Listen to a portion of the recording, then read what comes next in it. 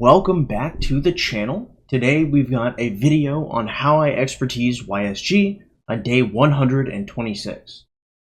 What was day 127? I guess in my old age, my memory is failing me. I get this question a lot.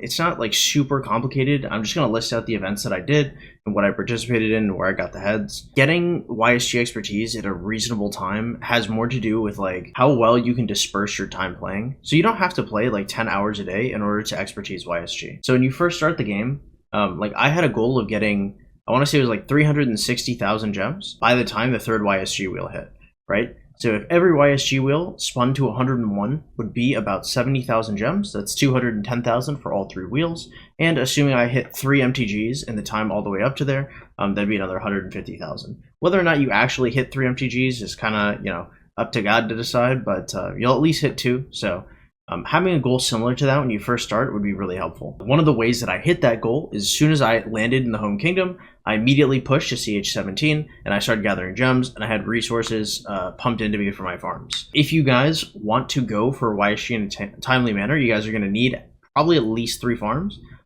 Or maybe like great social skills and hook yourself up with some whales, because otherwise you'll be in a really tight bind. Another thing is you don't have to play 10 hours a day, but the time you do play per day generally has to be dispersed in order to get this many gems. So if you work from home, if you have an office job, if you Uber, if you do any of these jobs where intermittently you can check out your phone and send out your gem gatherers again, you should be fine. The only time where you have to put a little bit of elbow grease in is probably during like the first week when you're going for the 1.5 mil skin. That's going to be a lot of effort in order to get to that point. So without further ado, I've got all the events listed on this little notepad here.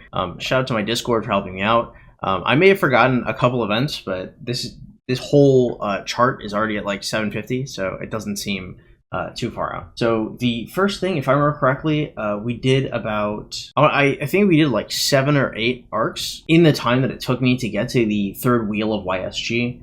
I think 70 sculptures for Arc of Osiris is pretty good, even if you have like a pretty much like relatively kind of score. This is like 98 days worth of Arc of Osiris here, and then I expertised YSG on Kingdom Day 117. So if you win most of your arcs, which you should if you're in a top alliance and you have people that know what they're doing, you'll probably get about 70 Arc of Osiris sculptures by then. From the wheel, you should expect like 80 to 90 sculptures per wheel, if I remember correctly. If you're 101 spinning every YSG wheel, which you should be doing if you're looking to expertise him by his third wheel. Champions of Olympia are also known as COO. I believe it's either weekly or bi-weekly. You should get about 32 of those from start to finish. Tempest Clash, I believe new KD is just start out with Tempest Clash. When I started playing, Tempest Clash lasted like a month, and we were able to get rewards every week from it. I don't know if these numbers are going to transfer over, but even with all the events here, you'll still have some flex room by the time the third YSG wheel comes up. So if you can't do everything, or if you fuck up at something a little bit here and there, it shouldn't be too difficult overall. Another really big chunk is going to be the MTG. So every single More Than Gems event, if you put in 50,000 gems into VIP, obviously you will get gems for MTG, and then you'll get another 45 sculpts from getting VIP 10 around day 70. I think that's a pretty reasonable time. As you may surmise from taking a hard look at this, we're already counting 324 plus 45. So these are almost like 370 sculptures is past half. So past half of the sculptures that you will have to expertise YSG with are going to come from these little fucking gems that you dig out of the ground. So just realize how important gem gathering plays a part in getting this. If you want to chain, you can also chain, but gem gathering and camps are probably some of the main stuff you'll have to do. So next, if you guys are just starting your account, which if you're watching this video, I hope so. If you're pre-KVK1, your kingdom will be probably the weakest it'll ever be, ever. Your kingdom will probably never reach that level of weakness again. So every single time you see like a power or speed up event, you should look to complete it and then get to either 50 or 100. Basically every single event, you can get like 1 to 2 sculptures per, and it's really, really a valid way to grow. Also, outside of that, you should probably be able to get like 2 rank 1 or power up speed up increases, or like some rank 20s or some rank 10s or rank 3s. That would bring you some kind of equivalent increase. The way you want to grow as an F2P is you spend a little bit of speed ups to complete some events, and you spend a lot of speed ups to complete other events. So for example, like rank 1 you could get is when you push to CH25. You have enough building speeds on you when you push a CH25, it is such a massive increase, especially because there's a building power event almost like right before KVK1. Anybody that's a whale basically already has CH25, so the landing strip is open for F2P to win there. So I think it's a pretty, it's fairly easy to get these as long as you're saving up. The way it works is the less gold chests you get in your kingdom, the weaker your kingdom is, so the easier it is to get to like probably rank 10 or rank 3 or something like that. And the more gold chests that are in your kingdom, obviously it's more difficult to do that, but you also have more gold chests, and then, you know, that's probably a worthwhile trade in some situations. 40 from seasonal solo tree events plus the Esmeralda wheel. I don't know how screwed you guys are going to be. I don't know if this is going to have to do with like when you guys make your account or like how you guys are going to do this, but the way I see it right now is when you first make your account, you're probably going to either get an alliance event, so you probably have to make your account like on like an Esmeralda wheel or a solo tree, because then you'll have the alliance event, the alliance seasonal event, and then you'll have either the wheel or the solo tree afterwards. So you want to make sure you get at least one solo tree, because the Esmeralda wheel sucks. From what I saw in the update, it looks like it's going to come back. So this might be a permanent thing that you guys have to deal with. So just recognize the fact that when you start your account is going to matter for this, if these sculptures are going to be impactful. Of course, if you get sculptures from somewhere off of this list, then you could probably finagle your way into this, or if you do better on some events than I had, you know, it's always possible. I would just be like very cognizant of like what event is going on. If you start and there's like an alliance event, an example of an alliance event is like you guys all get like tokens or whatever material they have, and you guys all put them into an alliance chest, and there are 10 levels of it, and it gives you like premium currency and other things. It's not a bad event necessarily, but it won't give you anywhere near as many gold heads as a seasonal solo tree, which is going to be, when I say tree, there's going to be 2 trees. There's going to be one for free, and there's one that you pay 7,000 gems for. If you complete the entire tree, you get all 7,000 gems back. So you always buy that tree, you always get the 35 sculpts from it, and the Esmeralda wheel is probably going to give you like 5. And the seasonal alliance tree events, if you put everything into sculptures, sometimes you'll get 6, sometimes they give you extra stuff and you might get like 11 or 12. So these are mostly like conservative estimates, just to make sure that I don't like overshoot my own experience. Next is going to be the universal wheel spins. The universal wheels should be spun to 10. You're going to get one before Richard, one after Richard, and you should just 10 spin both of those. You get for sure 10, but playing averages, you should probably get like at least 2 from each. Outside of the 10. The next is going to be early KVK honor rewards. If you are in KVK 1 and you're chaining, I believe the third YSG wheel isn't going to come out until after you've entered Zone 6. But even if you haven't entered Zone 6, if you have at least some access to runes, you should be fine. If you're not winning KVK, in KVK 1, I'm a little concerned, because mostly you just look around your continent and you just go to whoever's the biggest. So if you're not doing that, you know, you should. You know, PSA. But yeah, you should try to grind honor like pretty early on, and get to, I want to say it's 90,000 honor, because you get, I want to say you get 3 sculptures for 50,000, you get like 7 sculptures for 80,000, you get like 10 sculptures for 90,000, something like that. But once you get to 90,000 honor KVK 1, they give you 20 sculpts.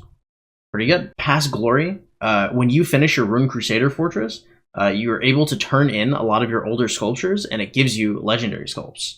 So pretty self-explanatory here. You turn in your sculptures, you get your legendary sculpts, extra 20 for you. Now, this one is kind of dated. So on my account, I had the Jumper Past Glory.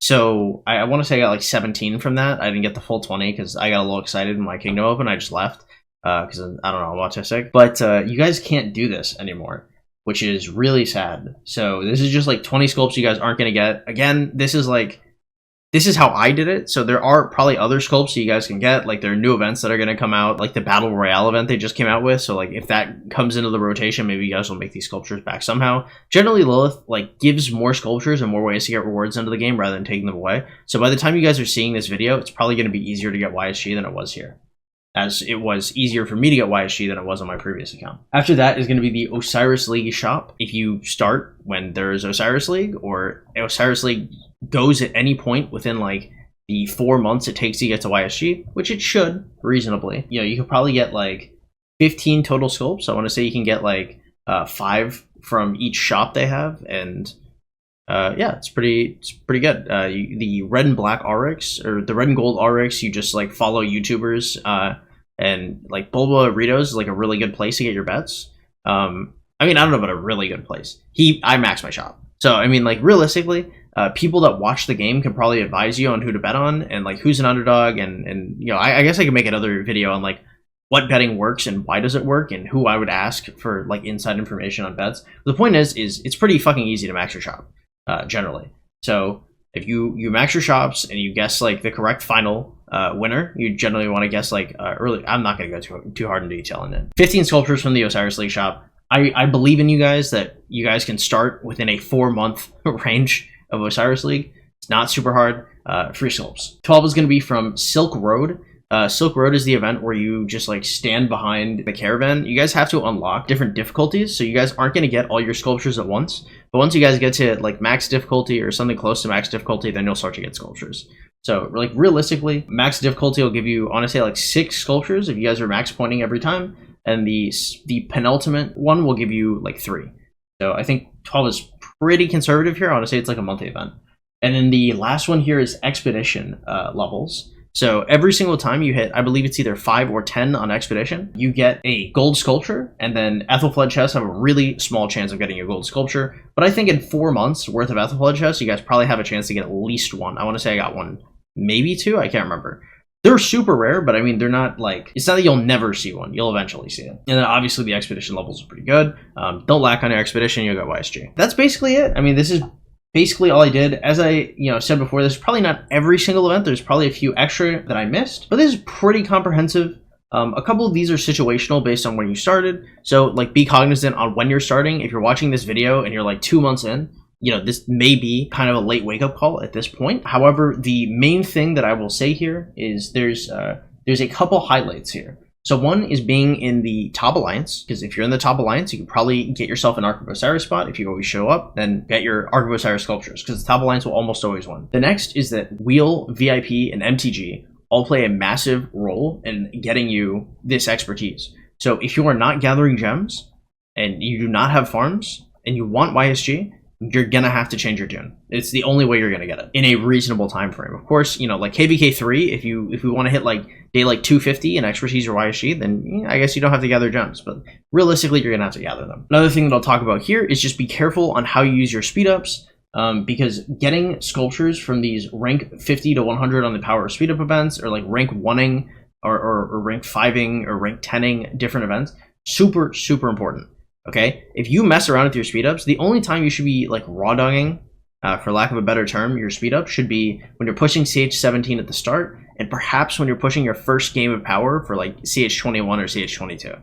Those should basically be the only times you're ever just like YOLOing for it. MGE is not going to help you at all with this. I've basically never participated in any MTG or any Mightiest Governor events previous to this. And if you want to expertise YSG in a timely manner as an F2P, you have to do that. With that, I think that's going to be it for the video. If you guys enjoyed it, please be sure to like, comment, subscribe. Please consider donating. We don't have any sponsors, so if you guys want to help support the channel, the best way to do so is by donating to the Streamlabs link in the description below. We also have merch. We got hoodies, t-shirts, tank tops. We got phone cases. I don't know if you guys are checking that out. I got my own. Also, be sure to join our Discord if you enjoyed the video. Make sure you go to the role selections tab and turn on announcement and stream notifications. That way you can be notified for when I go live or when I post a video, or you can be notified if I'm not going to go live for whatever reason. Also, the Discord is the best way to get a hold of me. If you guys have any questions, feel free to add me. And yeah, I think that's going to be about it. Have yourselves an absolutely wonderful day. Thank you so much for watching, and good luck expertising YSG, guys. Deuces.